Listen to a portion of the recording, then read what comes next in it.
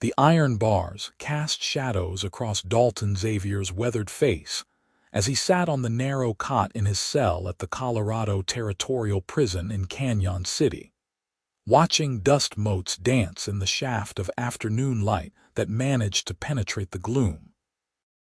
3 months had passed since the judge sentenced him to 5 years for a crime he swore on his mother's grave he did not commit. And in all that time, not a single soul had crossed the threshold to visit him, except for the preacher who came once a week to save the souls of the damned. Dalton had stopped believing in salvation the day the jury foreman read the guilty verdict, his voice echoing through the courtroom like a death knell while Marcus Brennan, the real horse thief, sat in the gallery wearing a smile that made Dalton's blood run cold. The sound of footsteps in the corridor made him look up from the wooden cross he had been carving with a smuggled nail, expecting to see the guard bringing his evening slop. But instead he saw a young woman in a simple blue calico dress, her chestnut hair pinned back beneath a modest bonnet, walking beside the warden with a basket clutched in her hands. Dalton stood slowly, confusion etching lines across his brow as the warden stopped in front of his cell and gestured toward the woman with an expression that suggested he found this whole visit highly irregular. The woman stepped forward, her gray eyes meeting Dalton's with a steadiness that surprised him, and he realized with a jolt that he recognized her from Alamosa, the small town in the San Luis Valley, where he had worked as a ranch hand before his life fell apart. Flora Patterson had been the schoolteacher's daughter, the quiet girl who helped her father run the general store on Saturdays and played the piano at church on Sundays, though Dalton had never exchanged more than a handful of words with her in the 2 years he had lived in Alamosa. She could not have been more than 20 years old, and he wondered what in God's name had brought her to this terrible place. "Miss Patterson," he said, his voice rough from disuse, "what are you doing here?"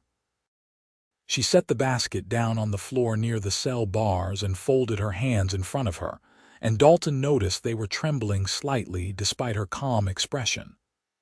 "I brought you some things," she said quietly. "Some books, writing paper, a decent blanket. The warden said he would inspect everything and allow you to have what he deemed appropriate." The warden grunted and gestured to one of the guards to collect the basket and examine its contents while Dalton stared at Flora in bewilderment. "Why would you do that?" he asked. "You do not even know me." Flora's gaze did not waver, and he saw something in her eyes that he could not quite name, a mixture of determination and sadness that made his chest tighten. "I know you did not steal those horses," she said simply. "I saw Marcus Brennan at the livery stable the night before the theft was discovered, leading 3 horses that did not belong to him toward the canyon road. I told the sheriff what I saw, but he said I must have been mistaken because Marcus swore he was playing cards at the saloon all night, and a dozen men backed up his story." Dalton felt his heart begin to pound against his ribs, hope and anger warring within him as he gripped the cell bars so tightly his knuckles turned white. "Why did you not testify at the trial?" he demanded. "Why did you let them send me here if you knew the truth?" A flush crept up Flora's neck, and she looked down at her hands. "I tried," she said, her voice barely above a whisper. "I went to your lawyer and told him what I had seen, but he said that my testimony would not be enough to overcome the evidence against you, especially since I was the only witness and Marcus had so many people willing to vouch for him. He said that my reputation would be ruined if I stood up in court and accused Marcus Brennan of lying, and my father forbade me from getting involved. He said it was not a woman's place to interfere in such matters." Dalton released his grip on the bars and stepped back, feeling the hope that had flared so briefly begin to crumble into ash. "So you came here to ease your conscience," he said bitterly. To bring me a few books and tell me you believe in my innocence even though you let them lock me away for something I did not do. Flora's head snapped up, and for the first time since she had arrived, Dalton saw fire in her eyes. I came here because nobody else would, she said sharply. I came here because I know what it is like to be alone in this world with nobody to stand beside you, and I thought that maybe it would help to know that at least one person believes you. But if you would rather wallow in bitterness and self-pity, then I will leave you to it and never return. She turned to go, her skirts swishing against the stone floor, and Dalton felt panic surge through him at the thought of losing the only connection to the outside world that he had. "Wait," he called out, his voice cracking.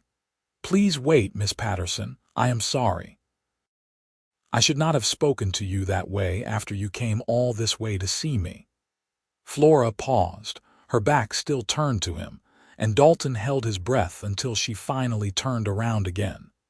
The anger had faded from her face, replaced by something that looked almost like understanding.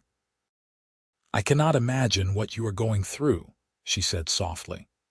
"But I promise you that I will not abandon you to face this alone. I will come back every month if the warden allows it, and I will bring you whatever I can to make this bearable."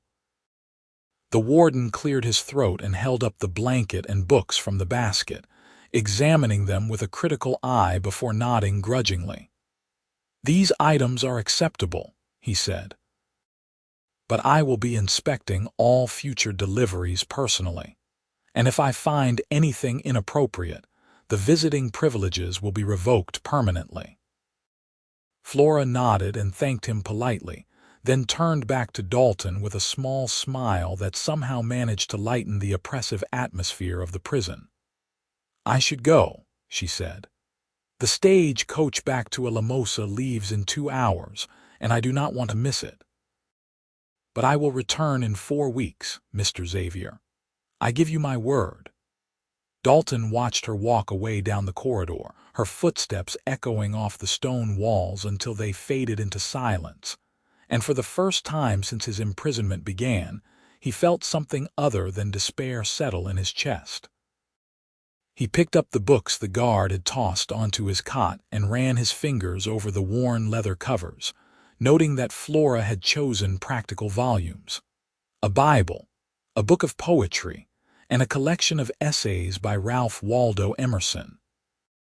The blanket was thick and well made, smelling faintly of lavender and fresh air, and Dalton wrapped it around his shoulders like a shield against the cold that seeped through the prison walls at night. True to her word, Flora returned exactly 4 weeks later, and then 4 weeks after that, establishing a pattern that continued throughout the long months of Dalton's imprisonment. She brought him letters she had written describing the changing seasons in Alamosa, the harvest festivals and church socials, the births and deaths and marriages that marked the passage of time in the small town. She told him about the books she was reading and the songs she was learning on the piano, sharing pieces of her life with such openness that Dalton began to feel as though he knew her better than he had ever known anyone. In return, he shared his own stories during their brief visits, telling her about his childhood on a cattle ranch in Texas, the death of his parents in a cholera outbreak, and his lonely wanderings across the West in search of a place to call home. He showed her the wooden crosses and small figurines he carved to pass the time, and her face would light up with genuine admiration as she examined each piece with careful attention. As the months turned into years, Dalton found himself looking forward to Flora's visits with an intensity that both comforted and frightened him. She had become his anchor to the world beyond the prison walls, the one bright spot in an existence otherwise defined by monotony and despair. He began to notice small details about her that he had overlooked at first. The way she tucked a stray lock of hair behind her ear when she was thinking, the musical quality of her laugh when he said something that amused her, the compassion that radiated from her like warmth from a fire. He realized with growing certainty that he was falling in love with her, though he tried to push the feeling away because what right did a convicted criminal have to love someone as good and pure as Flora Patterson? But Flora seemed to be changing too, and Dalton could not help but notice the way her eyes lingered on his face during their conversations, or how her cheeks flushed when their fingers accidentally brushed as she passed him a letter through the bars. During one visit in the spring of his 3rd year of imprisonment, she arrived looking troubled, her usual composure cracked by something that weighed heavily on her mind. When Dalton asked what was wrong, she hesitated for a long moment before speaking. "My father wants me to marry Marcus Brennan," she said quietly, not meeting his eyes. "He says that Marcus has been courting me properly for 6 months now, and that it is time for me to accept his proposal. Marcus owns the largest ranch in the valley now, and my father believes it would be an advantageous match." Dalton felt as though someone had driven a knife into his chest, the pain so acute that he had to grip the cell bars to keep from doubling over. "What did you tell him?" he managed to ask, though his voice sounded strange and distant in his own ears. Flora looked up at him then, and he saw tears glistening in her gray eyes. "I told him I needed time to think about it," she said. "But I do not know how much longer I can refuse without causing a terrible rift in my family. My father does not understand why I am being so stubborn, and Marcus is growing impatient. He says that a woman my age should be grateful for such an offer. You want to marry him?" Dalton asked, though he dreaded the answer. "No," Flora said with such vehemence that it startled both of them. "I despise Marcus Brennan. I have despised him since the day I saw him frame you for his crimes, and every time he smiles at me or brings me flowers, I want to tell him exactly what I think of him.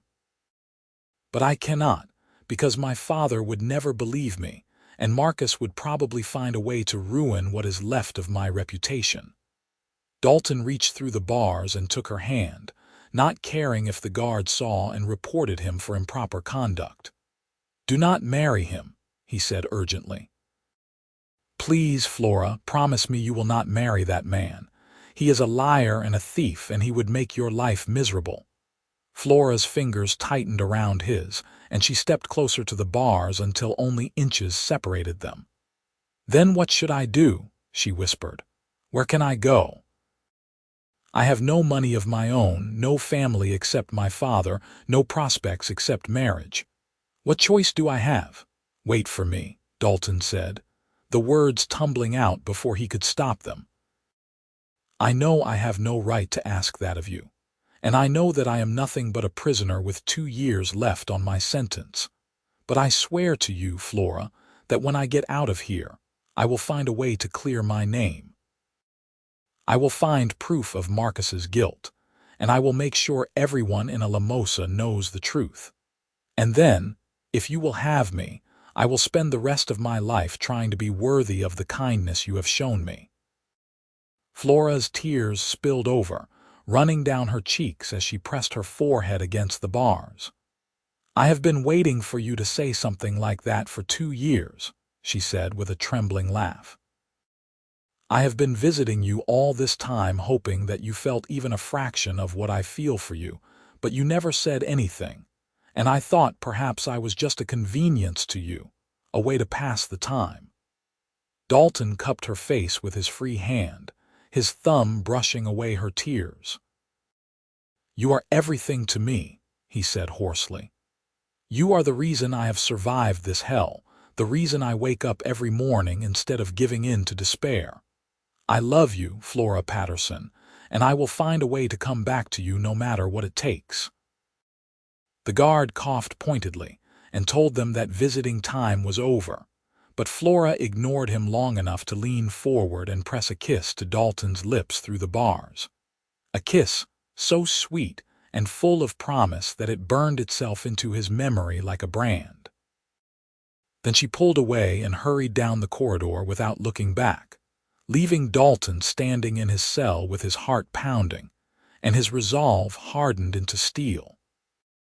The next 2 years of Dalton's imprisonment were the longest and shortest of his life, each day simultaneously crawling by at a glacial pace and rushing toward his release date with dizzying speed. Flora continued her monthly visits, though she came now with a new lightness in her step and a glow in her eyes that made the other prisoners stare in wonder. She told Dalton that she had finally refused Marcus Brennan's proposal outright, enduring her father's anger and the town's gossip rather than bind herself to a man she did not love. Her father had threatened to disown her, but Flora had found work as the schoolteacher in Alamosa after the previous teacher retired, giving her just enough independence to live on her own in a small room above the general store. Marcus had not taken the rejection well, spreading rumors that Flora was damaged goods and warning the other men in town away from her. But Flora seemed unconcerned by his petty cruelty. She told Dalton that she would gladly endure 1,000 Marcus Brennans if it meant being free to choose her own path. During his final year in prison, Dalton spent every spare moment planning his future. He knew that simply walking out of prison would not be enough. He needed to clear his name and prove Marcus's guilt if he wanted any chance of building a life with Flora. He wrote letters to his old ranch boss in Texas, asking if any of the men they had worked with knew anything about Marcus Brennan's past. He befriended a fellow prisoner named Thomas, who had been a journalist before being convicted of fraud, and Thomas taught him how to investigate and document evidence properly. He also carved an engagement ring from a piece of oak wood, polishing it until it gleamed and carving a delicate pattern of wildflowers around the band that reminded him of the flowers that grew in the valley near Alamosa. When the day of his release finally arrived in late September of 1879, Dalton walked out of the Colorado Territorial Prison with nothing but the clothes on his back, a small bundle containing his few possessions, and an unshakable determination to fulfill the promise he had made to Flora. He took the stagecoach to Alamosa, watching the landscape transform from the harsh terrain around Canyon City to the broad expanse of the San Luis Valley with its backdrop of towering mountain peaks. The aspen trees were turning gold in the high country, painting the mountainsides with brilliant color, and Dalton felt his spirits lift as he breathed in the crisp autumn air. Flora was waiting for him when the stagecoach pulled into Alamosa, standing on the boardwalk outside the general store in a green dress that brought out the color of her eyes. Dalton barely heard the driver's shout as he jumped down from the coach and swept Flora into his arms, holding her so tightly that she gasped, and then laughed and kissed him with a joy that made the past 5 years seem like nothing more than a bad dream. The townspeople stopped to stare at the spectacle, some with curiosity and others with disapproval, but Dalton did not care what anyone thought because Flora was real and warm and his at last. "I thought this day would never come," Flora murmured against his chest, her fingers clutching the fabric of his shirt as though afraid he might disappear. "I have dreamed of it so many times that it does not seem real." "It is real," Dalton assured her, pulling back just enough to look into her eyes. "And now I need to make good on my promise to you. I need to find proof that Marcus Brennan is the real thief and clear my name so that we can start our life together, without the shadow of my conviction hanging over us." Flora nodded and took his hand, leading him toward the small schoolhouse on the edge of town where she lived in 2 rooms that served as both her home and her classroom. She had prepared a meal for him, simple but nourishing, and as they ate, she told him everything she had learned about Marcus Brennan in the years since Dalton's imprisonment. Marcus had indeed prospered, using money of questionable origin to expand his ranch holdings and establish himself as one of the most influential men in the valley. But his success had come at a price. He had made enemies among the smaller ranchers who resented his aggressive business tactics, and there were whispers that his wealth had been built on more than just hard work and good luck. "There is a man named Jack Sutherland who lives up in the hills west of town," Flora said, leaning forward with excitement lighting her features. "He used to work for Marcus but left after they had some kind of falling out. I heard him talking at the general store a few months ago, saying that Marcus was not the honest businessman everyone thought he was, but he would not elaborate when people pressed him for details. I think he might know something that could help you." Dalton made the trip to Jack Sutherland's cabin the next morning, riding a borrowed horse through terrain that grew increasingly rugged as he climbed into the foothills. Jack turned out to be a grizzled man in his 50s with shrewd eyes and a cautious manner, and he greeted Dalton with suspicion until Dalton explained why he had come. Then Jack's expression shifted, and he invited Dalton inside his sparse cabin and poured them both whiskey from a bottle that looked like it had seen better days. "I have been waiting for someone to ask me about Marcus Brennan," Jack said, settling into a chair near the pot-bellied stove. "I worked for that snake for 3 years, and I saw things that would make your hair curl. He has been stealing horses and cattle from other ranchers for years, rebranding them and selling them in Denver, where nobody would recognize the stock. I helped him with a few jobs before I realized what I was involved in, and when I told him I wanted out, he threatened to kill me if I ever spoke a word about what I knew." Dalton felt anger surge through him, hot and fierce. "Then why did you not go to the sheriff?" he demanded. "Why did you let me go to prison for something Marcus did?" Jack had the grace to look ashamed. "Because I am a coward," he said bluntly. "Because Marcus has connections all over this valley, and I knew that if I tried to expose him, I would end up dead in a ditch somewhere. I told myself it was not my problem, that you were just some drifter who nobody would miss, and I convinced myself that keeping my mouth shut was the right thing to do. But the guilt has been eating at me for 5 years, and I reckon it is time I made things right." Over the next 2 weeks, Dalton worked with Jack to build a case against Marcus Brennan that would stand up in court. Jack provided detailed information about the stolen horses and cattle, including dates, descriptions, and the names of the buyers in Denver. Dalton traveled to Denver himself and tracked down several of the buyers, getting signed statements confirming that they had purchased livestock from Marcus that matched the descriptions of animals reported stolen from various ranches in the San Luis Valley. He also discovered that Marcus had been using a false identity when selling the stolen stock, calling himself Martin Barnes and claiming to be a rancher from New Mexico. Armed with this evidence, Dalton went to the sheriff in Alamosa and laid out everything he had learned.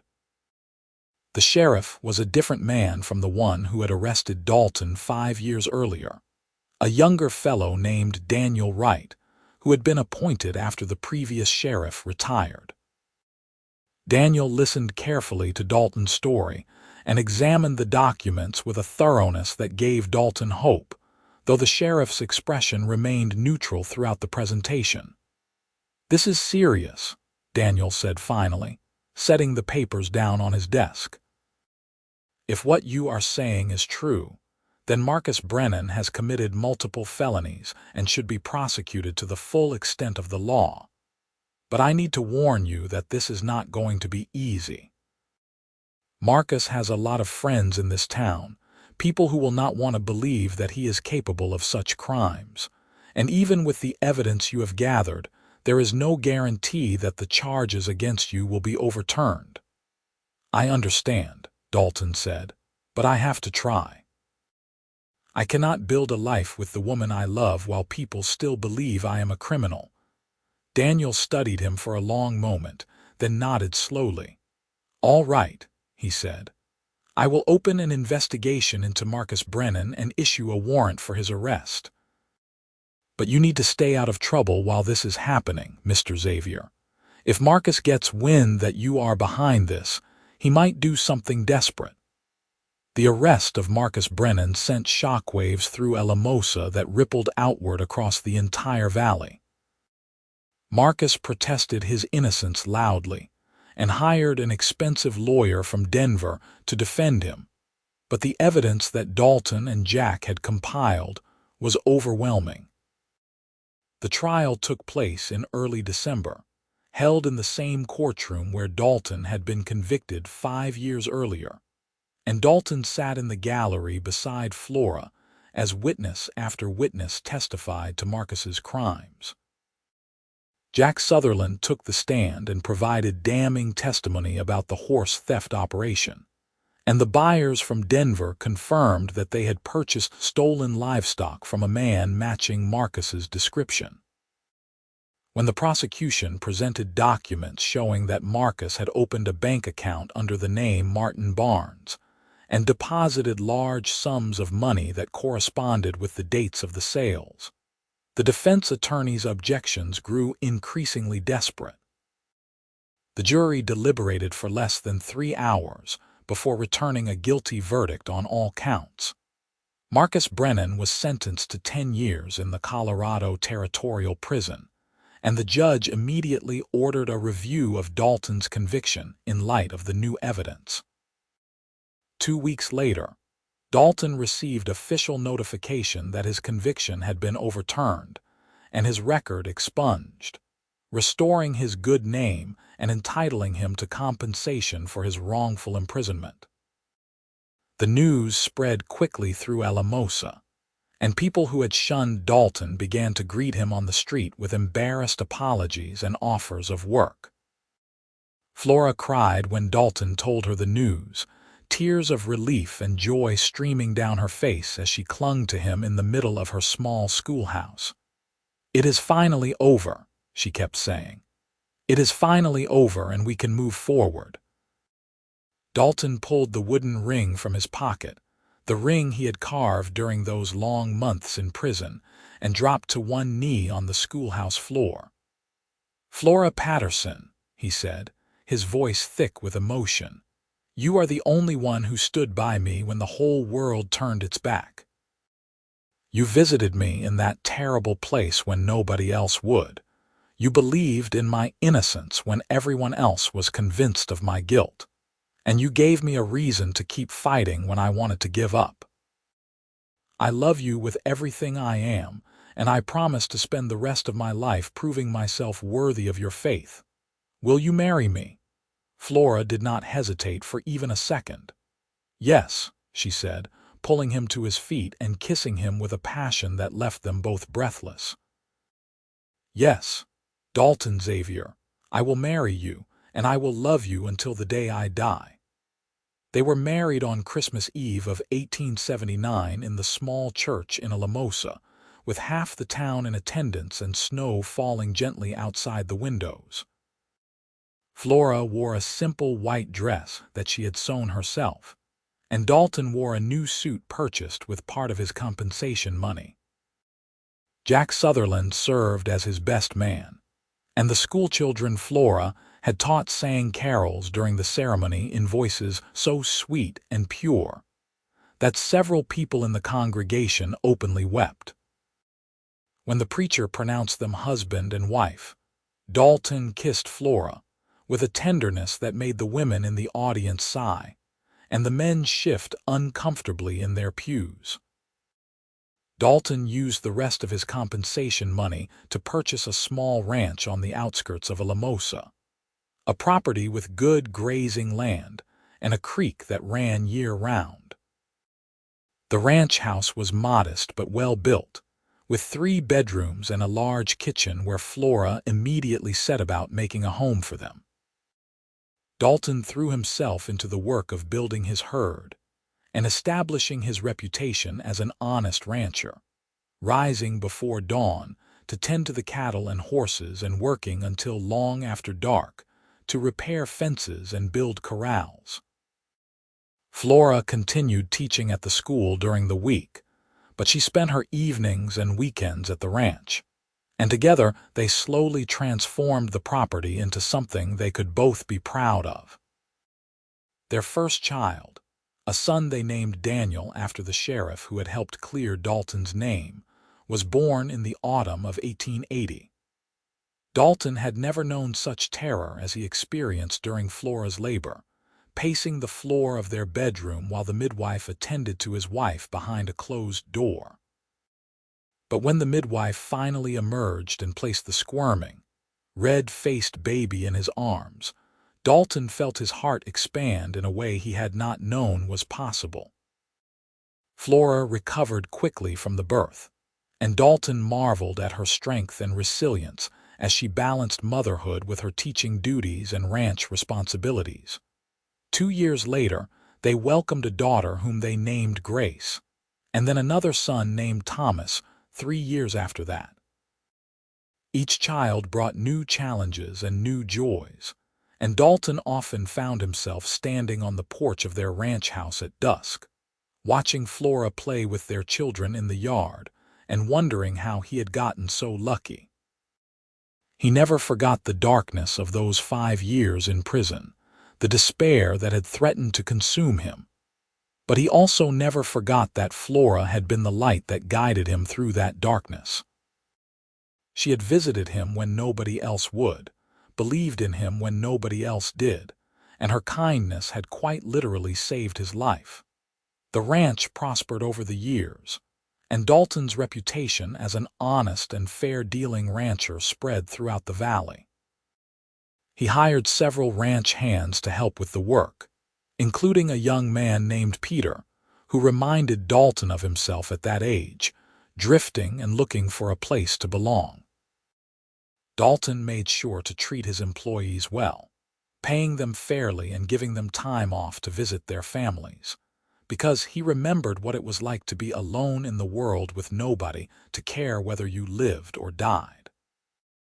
Flora eventually gave up her teaching position to focus on raising their children and managing the household, though she never lost her love of books and learning.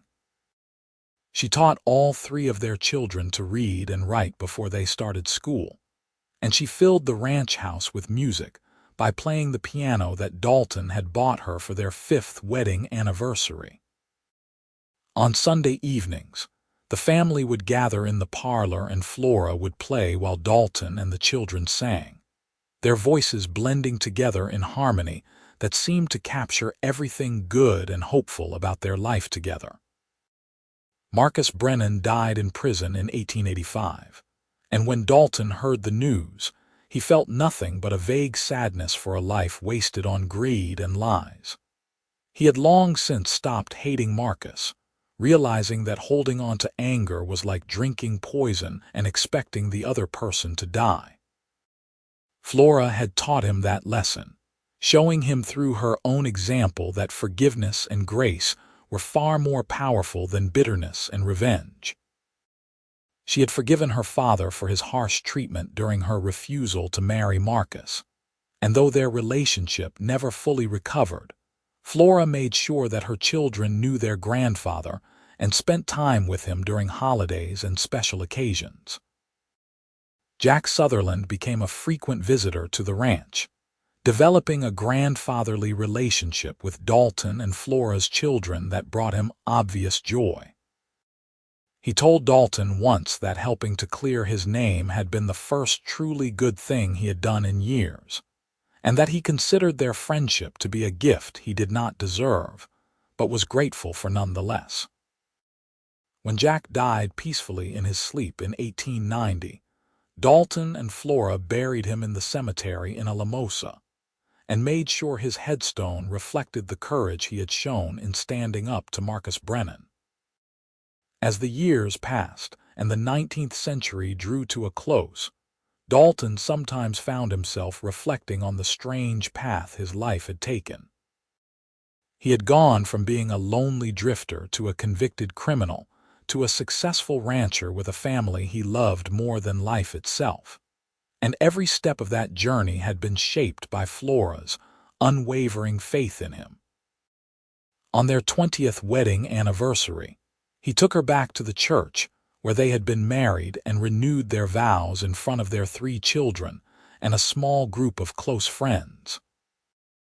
Afterward, they walked through Alamosa hand in hand, remembering the scared young woman who had first visited a prisoner nobody else cared about and the broken man who had been saved by her kindness. "You ever regret it?" Dalton asked as they stood on the boardwalk outside what had once been the general store where Flora had worked. "Do you ever wish you had chosen an easier path, married someone who did not have a criminal record and all the baggage that came with it?" Flora turned to him with the same steady gaze she had given him on that first day in the prison, and Dalton saw in her eyes the accumulated wisdom and love of 2 decades spent building a life together. "Never," she said firmly. "You are the best decision I ever made, Dalton Xavier, and I would make the same choice 1,000 times over. You taught me what it means to have courage, to stand up for what is right even when the whole world is against you. And you have given me a life filled with love and purpose, and joy that I never could have imagined when I was just a schoolteacher's daughter in a small town." Dalton pulled her close and kissed her there on the boardwalk, not caring that people were watching, because after 20 years of marriage, he still felt the same overwhelming love for her that he had felt during those stolen moments in the prison, when she had been his only connection to hope. They walked back to the ranch as the sun set over the Sangre de Cristo Mountains, painting the sky in shades of orange and gold, and Dalton knew with absolute certainty that he was the luckiest man alive. Their children grew up and started lives of their own, but all 3 remained in the San Luis Valley, establishing their own ranches and businesses within a day's ride of their parents. Daniel became a cattle rancher like his father, Grace married a doctor and opened a clinic in Alamosa, and Thomas took over the management of Dalton's ranch when Dalton and Flora decided to retire and build a smaller house closer to town. Grandchildren arrived in a steady stream, filling Dalton and Flora's later years with the chaos and delight that only small children can bring. In the summer of 1905, Dalton and Flora celebrated their 50th wedding anniversary surrounded by their children, grandchildren, and great-grandchildren. The party was held at Daniel's ranch, with tables laden with food and a band playing music for dancing. Dalton was 72 years old by then, his hair completely white and his hands gnarled from decades of ranch work. But he still led Flora onto the makeshift dance floor and waltzed with her under the stars, just as he had at their wedding reception 50 years earlier. She was 65, her chestnut hair streaked with silver, and her face lined with the marks of a life well lived. But to Dalton, she was just as beautiful as she had been on that day she first walked into the prison to visit him. "You know," Flora said as they danced, her head resting on his shoulder, "I sometimes wonder what our lives would have been like if I had not found the courage to visit you in prison that day. Would you have survived those 5 years without anyone to give you hope? Would you have found the strength to clear your name and build this life we have shared?" Dalton tightened his arms around her, feeling the familiar comfort of her presence that had sustained him through every trial and triumph of the past half-century. "I do not know," he admitted, "but I do know that you saved me in every way a person can be saved.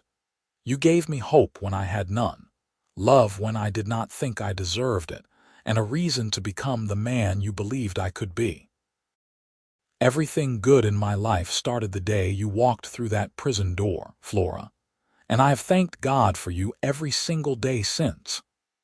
They danced until the music stopped, and their grandchildren came to lead them to chairs where they could rest and watch the younger generation celebrate. Dalton sat with Flora's hand in his, surrounded by the family they had built together, and felt a profound sense of peace settle over him. He had lived a long life marked by both suffering and joy, injustice and redemption, loneliness and love. But through it all, Flora had been his constant, the one person who had never wavered in her faith in him. And he knew that whatever time they had left together would be enough, because they had already built something that would outlast them both. As the evening wore on, and the stars came out in the vast Colorado sky, Dalton watched his great-grandchildren chase fireflies across the lawn and listened to the sound of his children's laughter mixing with the music. He thought about the scared young cowboy who had sat in that prison cell 26 years ago, certain that his life was over, and he wished he could tell that young man that everything would work out better than he could possibly imagine.